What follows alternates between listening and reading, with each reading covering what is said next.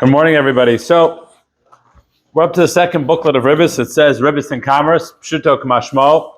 Until now, we discussed Ribbis in terms of loans, and we've spent some time the last week or so discussing Heter Iska, how, I don't want to use the word it's permitted to lend money with interest, because that's not true, but how one can turn what looks like a loan into really some form of a business arrangement structured in a way that you're guaranteed the principal and guaranteed the interest or the investment return. Guaranteed investment return is the way to put it. And for that we have a heter iska, and this is something that people use, ma'asim l'chol yom, people use it when they take out mortgages from companies. Anybody who's ever done any type of banking in Eretz Yisrael, then by definition you've engaged in a heter iska. However, now we're going to discuss another issue, which is within commerce itself, within paying someone or hiring someone for commodities or services, there's often a situation where we run afoul of ribbis, of interest.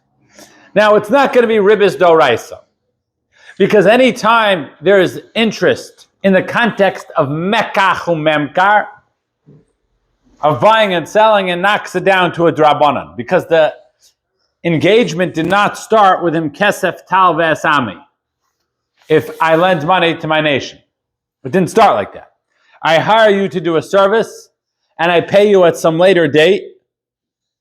Under certain occasions, that could create ribbis, but it's going to be ribbis drabanan. But let's discuss how this starts out. We're going to start with the Gemara on page 8, Daf Samach Beis and Beis and Bam Mitzia, Perkei Neshech. Let's do this slowly. Let's try to figure out what the Gemara is saying. Says the Gemara, Hatanya in poskin al haperos ad sheyotza hashar. Yotza hashar poskin af al pi she'en lozeh yesh lozeh. The Gemara says an important rule. You are not allowed to be posek. Vos meitos posek. Posek means I come to you and I say, listen, I want you to sell me apples. But, I'm not taking delivery of the apples for 6 months. And I'll give you payment for the apples right now. So in effect, what are you doing? You're lending the seller money for 6 months before he has to provide apples. Now, why would anybody be foolish enough to do this? If I want apples right away. The answer is that the presumption is that the price of apples is going to go up.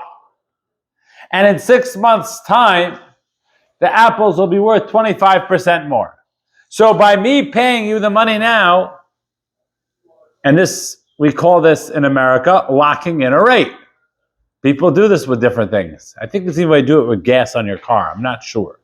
But basically, people do this with oil when they heat their house. They lock it. What they do? Yeah. They do rental cars. Well, let's get one thing at a time. But yeah, let's do oil because it's a commodity that you purchase. So they lock in a rate ahead of time. Now, what's the problem? The problem is that the seller, right, is giving you the cheaper rate, which means he knows oil is going to go up, right? So he's giving you the cheaper rate because you're giving him money early and you're not waiting to give him money later. Now, what does that mean from the perspective of the seller? That he has the use of your money in the intervening time. And he's paying for it. How is the seller paying for it? By committing to give you the commodity at a more expensive time, let's say, or if the price goes up, at the cheaper rate which existed at the time when you paid the money. Now, this in essence is ribbis drabanan. It's happening through the context of a sale. But the bottom line is someone, namely the seller, is paying, namely a higher rate, for the privilege of having your money for 6 months kind of for free. He doesn't have to do anything for it. It's only in 6 months. So it's, yeah. Into inflation, it could be just locking it in because the dollar's going to be worth less later. Okay, that could be. But Lamaisa, let's say with oil, people lock it in because they suspect that the price of oil is going to go up. Okay? A hotel room. People lock it in. L'mashal, if you get a hotel room now, forever the Super Bowl is on Super Bowl Sunday, right? So you know the rate's going to go up. The hotel tells you the rate's going to go up. They say if you pay now, you can pay cheaper, right? If you buy the tickets to Israel or LL, buy it now. Okay, so let's say like that. Now, as you buy the tickets now, and you know, and we all know it's going to go up, okay? So let's talk about a commodity, not a service. Let's talk about a commodity. So with a commodity, that's a big problem. The answer is that it's mutter when yotza hashar. Yotza hashar means that the price point with which you're paying for the oil, let's say, is a universally accepted price point. And therefore, even if the seller doesn't really have the item, someone else has the item. Now, let's understand what that means. Let's say the seller has the apples in his possession. But nonetheless, he's not going to give you the apples for 6 months when the price will go up, and you're paying him now. Now, to understand how this works, we need to backtrack a little bit. We have a machlokas Rabbi Yochanan Reish Lakish. I'm sorry, it's not brought down here. Whether mos konos or meshicha kona. What concludes a sale? When the buyer gives the seller the money, or when the buyer does meshicha on the item? We paskin, dvar Torah mos konos. Minat Torah, when you pay for a commodity, you bought the commodity. The rabbi said, well, we have a big problem. You're going to pay for the commodity, and now there'll be a fire in the seller's warehouse, and he's not going to be stressed to save your item because he'll say, well, what's it on my back? Lamaisa, the buyer already bought it. So because of that, Chazal said that a sale is not concluded until you do Mashicha, until you actually take the commodity and bring it into your jurisdiction or lift it up or do some act of acquisition. Now, when you pay money for the apples, let's assume the seller has the apples in his possession. Did you actually buy the apples now, and it's merely that you're taking delivery in Pesach in 6 months from now? Or are you stam giving money and you're taking delivery in 6 months from now? So the way Chazal set it up, that money no longer works to conclude a transaction. It's as if I'm paying money now and I'm taking delivery 6 months from now. Okay? Everybody with me? Let's. And you're picking it up 3 weeks later. Exactly. So let's go to the matzah case. Paying for matzah, you're picking up 3 weeks later. So let's say the following scenario played itself out. You go to a seller and you say, listen, I want to give you money now, but I want to take delivery of matzah in 6 months from now. And you say to the seller has the matzah, and you say to the seller, you know something? Is it okay if I come over to your house and pick up the bags of matzah, do an act of acquisition, and then you'll keep it in storage until I take delivery in a few weeks from now, Pesach time, when we know the price of matzah is for sure going to go up? That's 100% mutter. Why is that mutter? Because whose matzah went up in value? The buyer's matzah. He did an act of acquisition. So the fact that he's not getting the matzah till 3 weeks or 6 weeks later on Erev Pesach, and even if we know 100% the price of matzah will go up, is immaterial. Because your item is allowed to go up, obviously. That's called divestments. Good morning. That's what we all do. So that scenario would be mutter. Says Tosfos in explaining this Gemara. If the seller has the commodity and you pay money, albeit Rabbi Yochanan said halachically it doesn't become yours 100%, but are you allowed to back out on the deal after you give money? The answer is, if you do, you can, but what will happen to you? You will get cursed publicly. You get what's called a mishapara. I think we discussed this already. If you back out on a financial deal, you get a mishapara. You get a curse. That fact that if you back out gets you a curse means that if you don't back out, it's like the commodity is yours already to some small extent. That's enough. And that's enough to say that if the price point of the commodity goes up, your thing went up, in which case it's not ribis. We'll look at it more like I paid for an item now and bought it now and took delivery later. Now, you didn't actually buy it completely now. If Lamaisa, the item burned up, the seller would be chayav to compensate the buyer with another item because he didn't do Mashiach yet. And Rabbi Yochanan says that say most don't work, you need to do Mashiach. But midrabanan, the fact that there's something there that you get a mishapara, that's enough to say it's yours to get around the problem of ribis. But this ribis is only drabanan.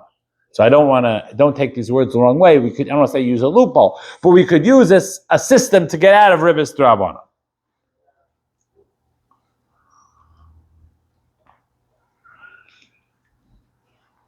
Now let's build on that one further step. Listen to me. Says the Gemara that if the price point for apples has been set right now, even though we know it's going to go up, the price point for matzahs has been set right now, even though we know it's going to go up, even though the seller doesn't actually have the apples or the matzah, it's still permitted. Why? Because we have a chain. You give the money to the seller, money is binding, but the seller doesn't have an item, right? I just said that to you. He doesn't have the item right now. He's going to get it in 6 months. But since the price has been fixed and he could get the item easily from his buddy next door, so we'll say it's like he has the item because he has the money and the purchase power for the item. And you gave the money, so you can't go back because Mo Sarkonos to get you a Misha Bara, to get you a curse. And that's enough to say that when the item goes up in value, your item went up in value, not the seller's item went up in value. So that's the chain. That's why we say, Afa Pisha Ein Lozeh Yesh Lozeh. That is how the entire heter is built. Now, a sha'ar means that there is a standard unified price for which you could buy this item, and it can be easily accessible. With certain items that still exists, with oil or with gasoline, you could safely say the sha'ar for gasoline today is approximately $3. I think that's fair, correct, everybody? Everybody's selling it for $3. Okay? And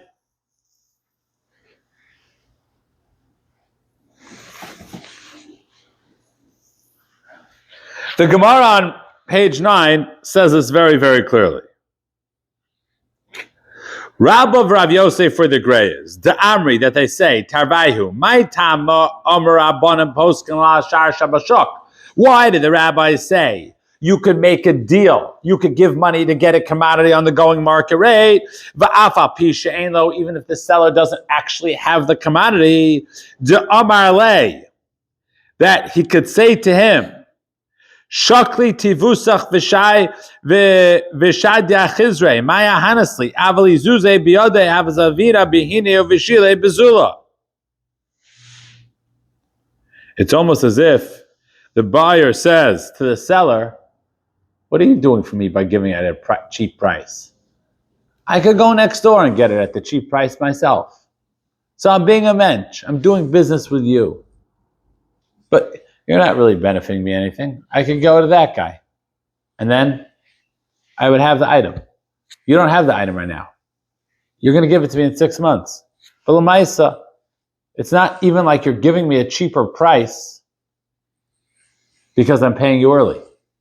Because you're not doing me a favor, because I could get the price somewhere else." This is a slightly different logical svara than the one I mentioned a moment ago. Amalei Abai Rav Yosef, says Abai to Rav Yosef, Elame'ata butter lilvo sa b'sa mishum dematzi amalei shaklati vusech v'shadya chizrei de amalei chiti dekadchai ba'al kabai. So Abai raises a very big objection, and he raises a question. This is the question. If this logic is true, then I should be able to lend you apples to get apples back. The halacha is midrabanan. You are not allowed to lend a commodity to get a commodity back at a later time. And the reason why that's prohibited is that commodities by definition have fluctuating values. Money is considered to be standard. I know inflation. But commodity, and therefore it may well wind up in ribis that you're getting back more than you gave, and chazal asur tza'avasa. So halacha l'maisa today, I would not be allowed to say to you, I'm lending you 20 pounds of matzah this year, and next year you'll pay me back with 20 pounds of matzah. That would be asur midrabanan, because there's a likely chance that the price of matzah will go up next year. Even if it doesn't, there's a likely chance. And therefore, I'm engaging in a transaction that could lead to ribis. Well, why don't we say the same logic, says the Gemara, to say that's permitted? I'll lend you 20 pounds of matzah this year, and I'll say, you give me 20 pounds of matzah back next year, and I'll say, what good did you do for me? If I wanted to, I could have kept the matzah myself. I could have gotten matzah from someone else. What's the difference? The answer is that when the transaction begins as a commerce, Chazal said this logic is mutter. When it begins as a loan, Chazal assered this logic. Okay? And the Beis Yosef explains this on page 10. Over here. V'tam ha-heter, the reason for the heter, Isa be'ala samach gimel, mishum, because the Amar le shakla tivusech v'shad yachirze. If I have a zuzah b'yadi, if I had money in my possession, I would buy it somewhere else. Hilka klomar v'hilka chashvinan kilo hamocher konam yadatua b'dvei alokech. We look at it as if the seller bought the item with the finances provided by the buyer. V'zocha bo alokech, and it's like the buyer already got the item, even though he didn't really. V'nisyakir b'shuso, and then when it goes up in value, his own item went up in value. Because it's not through the context of a loan, but through the context of commerce, Chazal were not machmir. This is the basic idea of how prepaying works. Now, of course, there's a lot more to it. We just touched the surface of this fascinating sugya. We'll continue Mir Hashem on Tuesday.